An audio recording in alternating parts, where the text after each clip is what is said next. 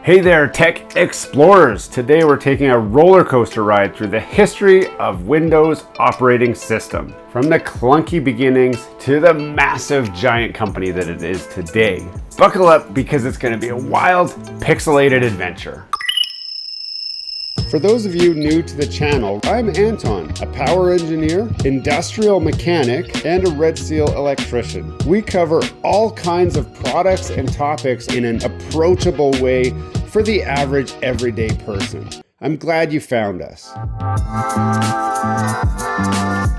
First up, in the late 1900s, all the way back to 1985, was Windows 1.0. Imagine a humble start, running on MS-DOS with a simple interface and the famous MS Paint tucked inside. It was more like a graphical shell rather than an entire operating system. Think of it kind of like as Windows, but wearing training wheels. Windows was so ahead of its time that some people thought it was actually a fancy add-on for MS-DOS rather than a real operating system. Now, the downsides of Windows 1.0 was that it was actually a pretty clunky interface and it had very primitive graphics running on only 256 kilobytes of RAM. That's less than your smartphone has today. It also had limited multitasking. Only one window at a time because supporting overlapping windows would actually not come until a later revision. But it wasn't all bad. Windows 1.0 laid the groundwork for future Windows versions. It introduced graphical elements that would improve the user experience overall.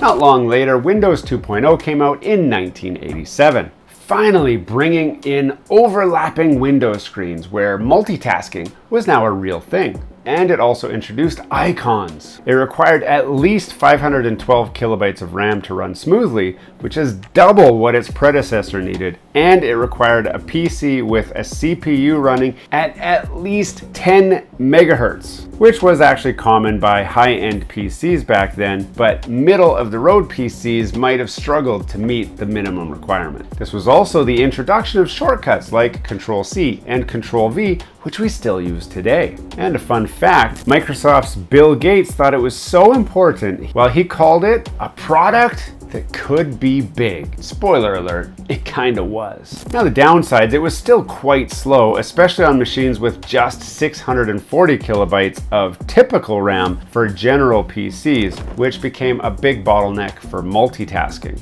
And its limited hardware support, which made it particularly tricky to run on lower spec machines, which were still quite common back in that era. Hello, wonderful world. Windows 3.0 was a game changer. With a fabulous GUI and better performance, it was like upgrading from a bike to a motorcycle. It could run on PCs with 1 megabyte of RAM, which was a big jump from earlier versions. And a fun fact, it actually became a sensation, selling over 10 million copies. Windows was now the face of PC computing. It wasn't without its downsides, it was still unstable compared to modern standards and crashing if you overloaded it or didn't shut down properly. It needed a lot more RAM and graphics capabilities. At least 1 megabyte of RAM and a VGA graphics card, which was a big deal back then and is still a modest setup by today's standards. Now, it did dominate the market and became the operating system of choice for millions of PCs. Tools like Windows Program Manager simplified everyday tasks. Now we're starting to get into the era that I remember a lot more clearly, with the introduction of Windows 3.1 in 1992. This was just 2 years later. Windows 3.1 arrived, giving us true type fonts and better multimedia support. It could run on PCs with 2 megabytes of RAM, which was still a stretch for many, but a big improvement. To run smoothly, a typical PC at that time had around 4 megabytes of RAM, and a 386 or 486 CPU at 25 to 66 megahertz. And I can still remember my PC having that turbo button where if you push that, it went boom, 66 megahertz. We were running an overclock with the push of a button to get that smooth Windows experience. Windows 3.1 was actually so popular that it became the default operating system for schools, offices, and homes across the 90s. Now, it did still require a lot of RAM for multitasking and multimedia. Often 2 to 4 megabytes was the sweet spot, but many PCs still only had 640 kilobytes up to 1 megabyte. So we're talking about mid to high-end PCs to get the full, smooth, authentic Windows experience. Windows made mainstream and far more user-friendly supported multimedia and sound cards better than ever. Fast forward ahead to 1995 with the release of Windows 95. This was the first time that the Windows version matched the year it was released in. Now, what's that? Windows 95, the OS that truly changed everything. With the legendary start menu and plug-and-play support, it needed at least 16 megabytes of RAM, which was a big upgrade from the previous versions. And it still ran on those PCs that had 33 to 66 megahertz 486 processors. And these were all pretty common on PCs at that time, so we finally could run a Windows version on pretty much whatever PC you had. Intuitive and user-friendly interface, perfect for multimedia, gaming, and business use. Next, we've got Windows 98 and the daily driver for millions. It ran on PCs with 32 megabytes of RAM as a minimum, which was common on standard desktops back in '98 when it was released. It required a Pentium 133 megahertz processor, which was a step away from the old 486 processors that powered the previous generation. But it also now supported USB devices. Now, if you have seen the video where we talk about the history of USB, you'll start to understand how this all mixes together. You see, USB is great, but without an operating system that supports it, you don't get very far. So Windows 98 was a first chance to support this fancy new form factor. Now, Windows 98 SE was pushed out as the most stable version with improvements like Internet Explorer 5, faster startup, and bug fixes. It was your reliable all-around champ. In fact, that's the one that most people stayed on for a long time. Windows 98 SE was often praised as the best Windows 98 version. It truly hit the sweet spot between performance and stability for home and office PCs. Now, it was still vulnerable to malware and viruses, especially if you didn't have a good antivirus software, which was still kind of an emerging development. And of course, lots of users experienced crashes when infected or overburdened. Now, the upsides of Windows 98 and 98 SE was that it was a very polished experience. Everything seemed to work quite well. It was very intuitive and easy to use. People had become used to the start menu, the icons, the moving, the clicking, the dragging, and especially as Internet Explorer was being introduced, it opened up the World Wide Web to people who hadn't experienced it before, but we were ready for it because we had learned how to use this graphical interface as Windows. Which brings us to our first skip it version of Windows, Windows Millennium Edition, or as others know it as, Windows ME. Well, it certainly wasn't made for me, and it wasn't made for you. It was a steaming dumpster fire of a mess. It did aim to improve multimedia features and support for dial-up internet, and it required around 128 megabytes of RAM for decent performance and a Pentium 3 800 megahertz computer. This was about the same time that the phrase started to be said, what PC makers give, Microsoft takes away, because it seemed like as processors got faster, as RAM got cheaper and bigger, Microsoft all of a sudden needed more, and there was none left for everything else. And that is a trend that has continued for a long time. Now, Windows ME was more of a software experiment. It really crashed a lot, unexpectedly. And when you tried to recreate the problem, it would work fine, and then it would crash in an unexpected, different way. It seemed to happen the most around installing new software or new applications, or when swapping hardware. So as long as you didn't install anything, you didn't plug anything in, and you just kind of used it the way that it was, you were kind of okay, but the rest of us were in trouble, which often many people reverted back to Windows 98 SE, ready to wait until something better came along. So in 2001, Windows XP was unleashed to the masses, and man, was it a step up in every way. Now, XP stands for Extreme Performance, and it truly delivered. It ran well on PCs with 256 megabytes of RAM, and a Pentium 4 equivalent or higher processor. XP was a stability hero. Long gone were the unexpected crashes of Millennium Edition, and with its sleek blue-green interface, it was the go-to OS for pretty much everyone. In fact, it hung on for a decade or more for many of us. XP's look and feel became iconic. It is the version many still remember fondly, even long after its end of life, which was in 2014. Now, it did still have a downside of security vulnerabilities, especially early on, and it led to lots of malware infections due to the outdated security protocols and many users ignoring applying any of the updates, which actually prevented some of the security risks. But, whose fault really was that? Windows XP end of support in 2014 left some hardware and software in the dust. It did have great hardware-software compatibility, where things just worked the way that you would expect them to. And it supported thousands of peripherals, extremely stable for its time, and ease of use for both tech beginners and experts. Now, hopefully you haven't forgotten all about dumpster fires, because in 2007, we got Windows Vista.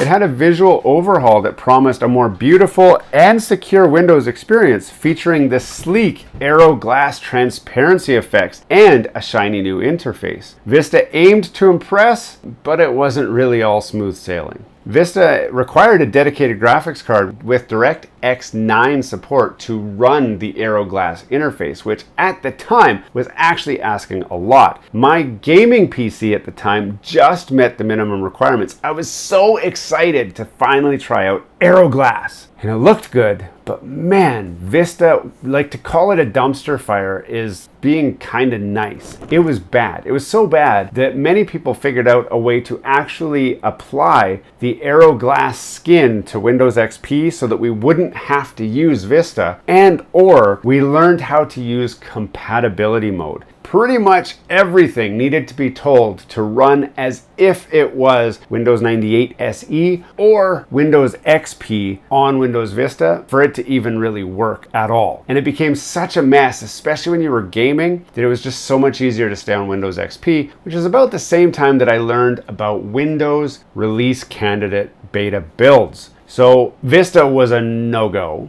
but I didn't really want to go back to XP. And I had heard about this brand new Windows 7. And a lot of people were talking about Windows 7 because Windows Vista was so bad. Yes, Windows 7 promised to be everything that Vista was supposed to be. So in 2009, Windows 7 was like a fresh breeze. It was faster, it was more stable, it still looked good, and it ran comfortably on 4 gigabytes of RAM, and required a dual-core processor of at least 1.5 gigahertz, which wasn't a problem for most people because their computers met those minimum specs, at least. There's an interesting fact. More than 40% of PCs worldwide were still running Windows 7 when support ultimately ended in 2020. That's not that long ago. So it really stuck around for a long time. Mostly because it was very stable, it still looked good, and many users didn't even really experience Windows Vista because they hung on to Windows XP so long that they were able to completely skip the Vista era. Now, those of you who were lucky enough to skip the Vista era, you do not know what you're missing, because Windows 7 truly did deliver everything that Windows Vista was supposed to be. It achieved all of its goals.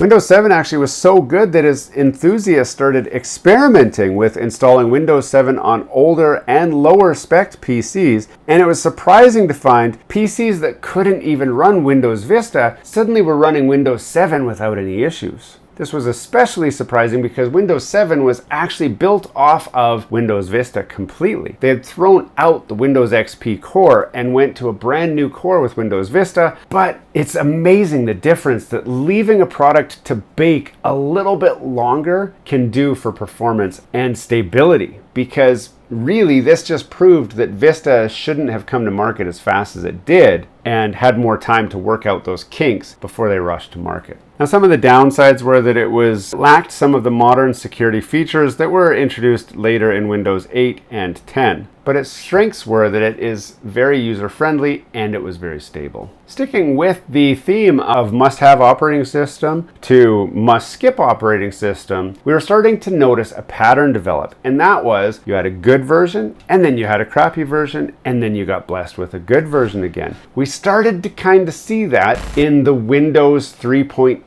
to 3.1 era onto Windows ME, dumpster fire. Windows XP, awesome. Windows Vista, also dumpster fire. Windows 7, pretty good. Well, with that theory, we should be on to another dumpster fire. Luckily, we're going to talk about Windows 8. Windows 8 aimed to unify the experience across desktops, laptops, and tablets. It featured live tiles that showed real-time update info, weather, news, and more. That was their goal, though, and if you guys used Windows 8, I'm sorry that you had to go through that experience. I do remember this was kind of the days when the iPhone was just starting to kind of get out there, and Windows wanted an answer for that, so they were doing these flat tiles, and it was really clunky. It didn't do the interface quite the way that they thought it would. It required at least 2 gigabytes of RAM to perform well, which was double the 1 gigabyte of RAM that most computers had and was the minimum spec for the system. So even though with 1 gigabyte you could get it installed, it ran like total dog crap until you got 2 gigabytes of RAM, and then it still was a dumpster fire that just ran a little bit better. You did need a dual core processor, ideally a 1.4 gigahertz or faster, which was standard for most PCs in 2012, but some budget laptops still used less powerful processors, which meant that it would actually struggle quite a lot to run on those laptops. A DirectX 9 graphics device for the modern UI effects, which was similar to Windows Vista. The removal of the traditional start menu caused confusion and frustration among users